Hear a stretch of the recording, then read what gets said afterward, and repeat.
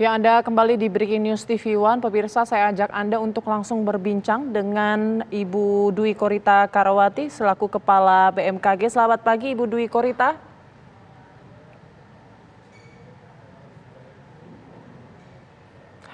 Ibu, mohon maaf, boleh di-unmute? Suaranya tidak terdengar di sini. Selamat pagi Mbak Putri, Baik. Assalamualaikum warahmatullahi wabarakatuh. Waalaikumsalam warahmatullahi wabarakatuh. Ibu Dwi Korita, bagaimana bisa jelaskan mungkin gambaran kondisi cuaca yang terjadi pada saat banjir bandang lahar dingin ini menerjang sejumlah wilayah khususnya di Kabupaten Agam, Sumatera Barat?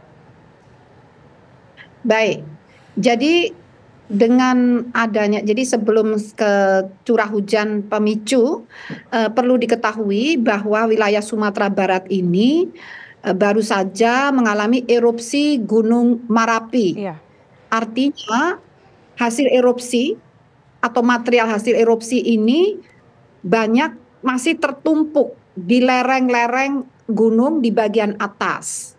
Selain itu, selama 1 bulan terakhir, wilayah Sumatera Barat ini diguncang 35 kali gempa-gempa yang magnitudonya sekitar 3 atau kurang, gempa-gempa kecil. Dan ini yang mengakibatkan retak-retak atau longgarnya ikatan partikel antar batuan. Nah, sehingga saat itu BMKG mendeteksi adanya sirkulasi siklonik di sebelah utara atau barat Aceh yang kami menganalisis dapat memicu terjadinya hujan lebat hingga sangat lebat di wilayah mulai dari Aceh sampai Sumatera Barat dan Bengkulu. Sehingga kondisi hujan yang kami khawatirkan pada sekitar tanggal 6 Mei mengakibatkan kami segera mengeluarkan peringatan dini hujan lebat hingga sangat lebat untuk wilayah provinsi tadi dari Aceh, Sumatera Utara, Sumatera Barat dan Bengkulu. Dan ini peringatan dini ini berlaku mulai tanggal 8 sampai tanggal 14. Nah, inilah kondisi cuaca saat itu yang kami prediksi, dan pada tanggal 9 sampai 11 April kami tanggal 8 Mei kami keluarkan peringatan dini lagi untuk tanggal 9 sampai 11 Mei karena terjadi eskalasi potensi peningkatan curah hujan di beberapa kecamatan dan kabupaten di Sumatera Barat, termasuk diantaranya di Kabupaten Agam, Tanah Datar dan Padang Panjang. Dan ternyata setelah pada hari hanya kami mencatat curah hujan pada tanggal 11 Mei itu mencapai 138,5 mm. Nah, itu artinya sangat lebat, hampir mencapai ekstrim. Jadi itulah kondisi cuaca terdeteksi juga dari radar, dari satelit. Makanya peringatan dini sejak tanggal 6 kami ulang-ulang terus. Kami ulang-ulang disampaikan ke pihak-pihak yang berwenang untuk menindaklanjuti, melakukan langkah-langkah antisipasi, serta ke masyarakat melalui berbagai media termasuk aplikasi mobile phone info BMKG. Demikian. Oke. Sejak tanggal 6 Mei peringatan dini sudah diinformasikan ke pemangku kebijakan begitu ya Bu ya. Lalu apa tindak lanjut yang mungkin sudah dilakukan sejak tanggal 6 Mei ini yang terinfo mungkin ke BMKG? Ya, jadi kami jadi meskipun tidak ada bencana, kami ini selalu berkolaborasi dalam jejaring ya. Ada forum pengurangan risiko bencana. Jadi setiap peringatan dini selalu kami sebarkan lewat forum itu, dan masing-masing pihak terkait merespons, menyatakan siap ya. Untuk tentunya siap itu kan artinya segera ditindaklanjuti. Nah, biasanya misalnya kalau sungai itu sudah penuh, kemudian dikeruk ya, atau memperingatkan ke warga. Jadi yang langsung terjun ke warga itu adalah pihak-pihak yang terkait setempat untuk mengingatkan, memberitahu ya, atau melakukan misalnya penutupan daerah-daerah yang rawan, karena sebetulnya daerah-daerah rawan itu sudah diidentifikasi oleh Pusat Vulkanologi dan Mitigasi Bencana Geologi, juga tergabung di dalam jejaring ya. Zona merah di mana, zona yang rawan lahar banjir di mana, zona yang rawan longsor di mana, itu sudah ada petanya, sehingga pada jejaring ini di forum pengurangan risiko bencana terdiri dari berbagai pihak ini, komunikasi dilakukan untuk kolaborasi di lapangan. Oke. Demikian. Baik, Bu Dwi Kori, ini kalau kita lihat tampaknya wilayah Sumatera Barat ini kerap diguyur hujan. Ini apa yang kemudian, apakah benar demikian? Mengapa bisa hal itu terjadi padahal kita tahu ini sudah memasuki musim kemarau?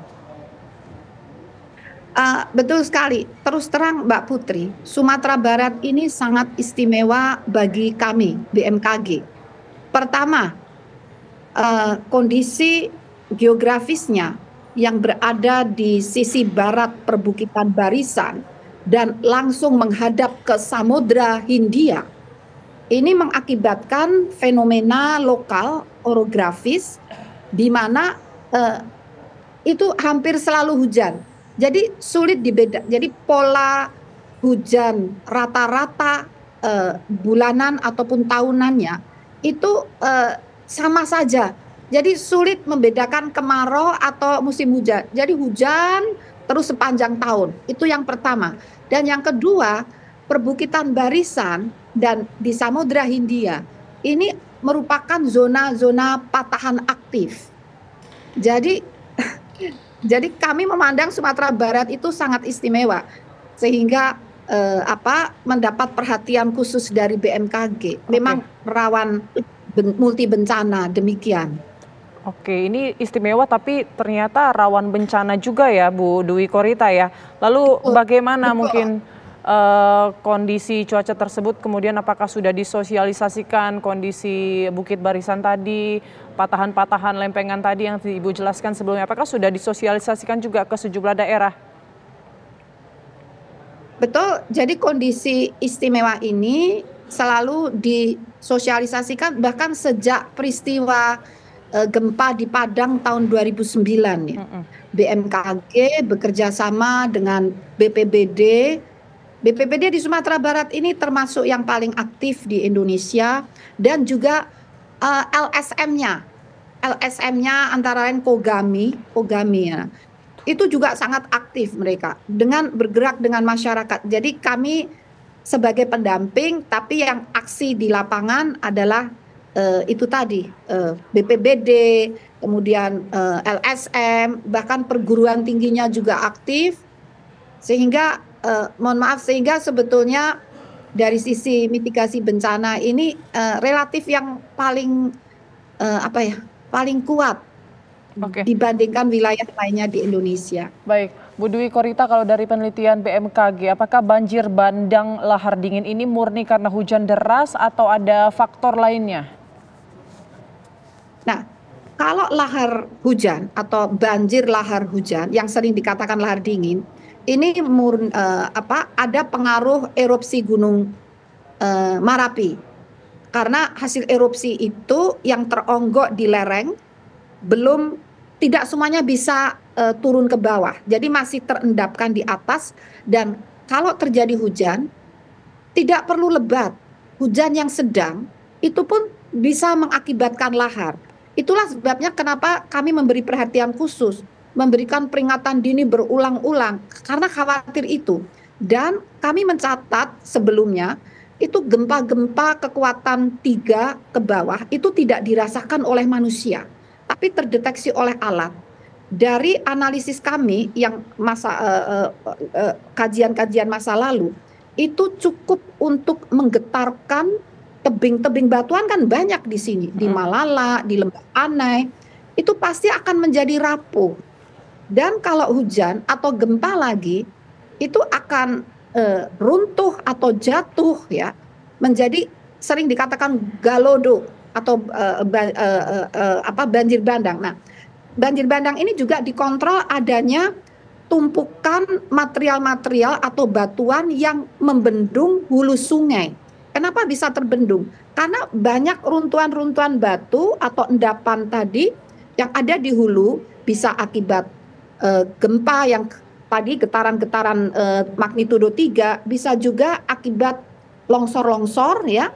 Dan ini membendung aliran air dari hulu ke arah hilir sehingga terjadi bendung alamiah, dan kalau hujan itu meningkat maka bendung ini akan jebol sehingga akan melaju dengan cepat ke arah bawah. Dan Oke. ini sering terjadi di Sumatera Barat. Masyarakat menyebutnya galodo. Oke. Seperti itu. Sehingga Apakah kuncinya karena peringatan dini tadi. Apakah Ya, karena silakan. banyaknya aliran sungai yang ada di sekitar Gunung Merapi yang juga membuat wilayah sekitaran Gunung Merapi ini juga lebih rawan begitu ya, dengan yang dijelaskan tadi bahwasanya nanti lahar dingin bisa mengalir ke permukiman warga atau turun ke bawah melalui sungai-sungai tadi? Eh, Termasuk itu salah satu penyebabnya. Jadi memang sungai-sungai yang mengalir dari hulunya ada di puncak lereng atas Gunung Merapi ini merupakan semacam jalan tol untuk lewatnya banjir lahar dan bisa Oke. juga banjir bandang. Nah, bedanya kalau banjir lahar itu karena endapan erupsi gunung api, kalau banjir bandang itu karena ada sumbatan yang membendung aliran air dari atas Mm-mm. untuk mengalir ke bawah. Sumbatan ini ibaratnya kalau orang ada sumbatan kolesterol ya. Nah, stroke itu manusia, kalau alam adalah banjir bandang tadi. Oke. Ibaratnya seperti itu. Baik, Demikian. Bu Dwi Korita, informasinya juga BMKG sempat mengimbau untuk ditutup ya beberapa jembatan ataupun juga aliran sungai. Benarkah begitu? Jadi ini dilakukan oleh semacam SOP ya. Biasanya kalau ada peringatan dini hujan lebat atau ekstrim, ini zona-zona yang dialiri sungai dari arah sumber lahar itu biasanya ditutup. Jadi Badan Penanggulangan Bencana daerah setempat itu sudah paham itu, sudah mengetahui hal semacam itu. Jadi bukan sesuatu yang yang langka terjadi. Oke, Seperti itu. baik. Terakhir Bu Dwi Korita mungkin bisa jelaskan bagaimana perakiraan cuaca untuk seminggu ke depan, seperti apa di lokasi tersebut? Ya, secara umum perakiraan cuaca untuk seminggu ke depan, jadi bahkan ini kami memperkirakan sampai tanggal 22 Mei itu masih berpotensi terjadi hujan dengan intensitas sedang hingga lebat. Nah, ada jeda di tanggal 14. Hujannya agak menurun ya. Namun selanjutnya karena fenomena atmosfer masih adanya gelombang ekuatorial dan tadi pengaruh sirkulasi siklonik, maka pembentukan awan-awan hujan masih intensif dan terjadi eskalasi peningkatan curah hujan di sepekan ke depan, kurang lebih demikian. Oke, baik. Terima kasih banyak penjelasannya Bu Dwi Korita Karawati selaku Kepala BMKG. Semoga itu bisa menjadi antisipasi ya buat para petugas tim SAR yang mungkin saat ini terus berjibaku melakukan proses evakuasi terhadap para korban. Terima kasih banyak Ibu. Sehat selalu. Selamat pagi. Dan pemirsa, Breaking News TV One masih akan kembali sesaat lagi dengan rekan saya Ana Tealita.